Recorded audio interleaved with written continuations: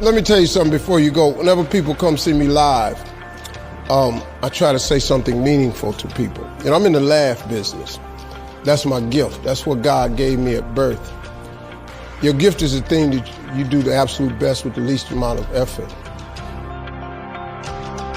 I want to tell you something that can help enrich your life. It's a sure sign from God that he ain't through with you because he wakes you up in the morning. When he's done, you won't wake up no more. But as long as you're waking up, that means he has something for you that he hasn't been able to give to you for whatever the reason. I'm going to help you get to that reason a little bit quicker. I want to tell you something that I learned that changed my life. I was reading a book one time that had a quote in there from Albert Einstein. And Albert Einstein said, "Imagination is everything. It's the preview to life's coming attractions." If you think about that, that's a really, really true statement. Because everything you see in this world came from somebody's imagination. Everything. Somebody was talking on the phone one day, on that wall phone, connected to the cord, and tried to walk, and it didn't go no further. And he wanted to just go outside and get something out the car. Somebody said, "You know what? I wish I could take this phone outside." Everybody in here got a cell phone. It was in somebody's imagination. Somebody imagined that. Somebody imagined everything. Somebody got tired of walking.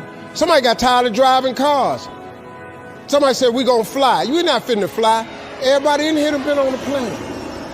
See, your imagination is the evidence of things not seen. You know why they call it the evidence of things not seen? Your imagination, you're the only one can see it. You're the only one can see it. See, so all this stuff you've been imagining was not some hocus pocus. When you imagine stuff, it's actually God showing you a preview of a coming attraction he has for you. That's what your imagination is. Why do you keep imagining yourself with a second home? Because God wants you to have a second home. Why do you keep imagining yourself in a supervisory capacity on another job? Because God really wants you to have that. Why you keep dreaming of opening a business one day? That's because that's what God really got for you. And he put it in your imagination. The problem with your imagination, though, is you tell it to the wrong people. If you want to kill a big dream, tell it to a small-minded person. You can't, oh man. Think about this in your life. How many times have you had this really incredible idea and you took it to your family and your friends? You shared it with them and they shot it down. You know why they shot it down? Because they couldn't see it. Because God didn't put it in their imagination. He put it in yours. It was your evidence of things not seen. See, all this stuff you've been imagining, you ought to start working on it. Because that's what God really got for you. Your real life is in your imagination. I'm here to tell you that. You think I'm here by accident?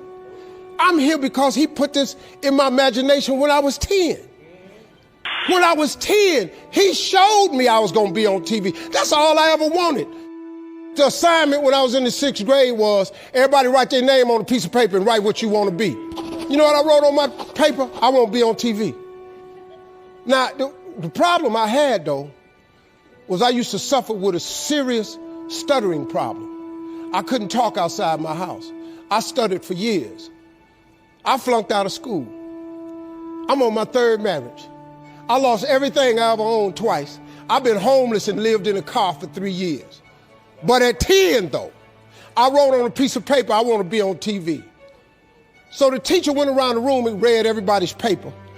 Had you stand up when she called your name. And the only assignment was your name and what you want to be. Doctor, lawyer, dentist, basketball player, football player. I wrote I want to be on TV. She saved me for last. She said, "Little Stevie, come to the front." Now I'm thinking, I'm going to the front because I got the best answer. Because ain't nobody had put that on their paper. She called me to the front. I'm thinking I'm finna give me a gold star. But I was wrong about that. She called me to the front to humiliate me. First of all, you know I can't talk. I suffered with stuttering stammer so bad, man. I couldn't talk at all. And that lady lit in on me. Why did you write this on your paper? Now I'm standing there, I can't talk. Who in this school ever been on TV? Who in your family ever been on TV? Who in this neighborhood ever been on TV? I'm crushing, man. I'm standing there dying. She said, look at you standing there. You can't even talk. How they gonna put somebody like you on TV? So every Christmas, I send her a flat screen TV. Because I don't want her to miss me. I do not want her to miss not now episode of me. Because I wanted her to see what God had done for me. The fact that you couldn't see it, it wasn't for you to see. He put it in my imagination. But after 3 years of homelessness, losing everything I ever owned twice, suffering through flunking out of school, go home and cut your TV on. That little boy with the stuttering problem, he all over that TV. You can't cut your TV on. You can't cut your TV on not now day of the week and you don't see that little boy. That little boy with the stuttering problem is all over that TV because God put it in my imagination. All I did was hang on to that thought. I just kept hoping. I just kept hoping that what I had wrote on the paper would come true. A lot of times it wasn't about no faith. I didn't believe it sometimes. When you homeless and living in a car, how you see yourself as a TV star? But I just kept hanging on there. Because my mama was a Sunday school teacher. I kept hearing her say, God,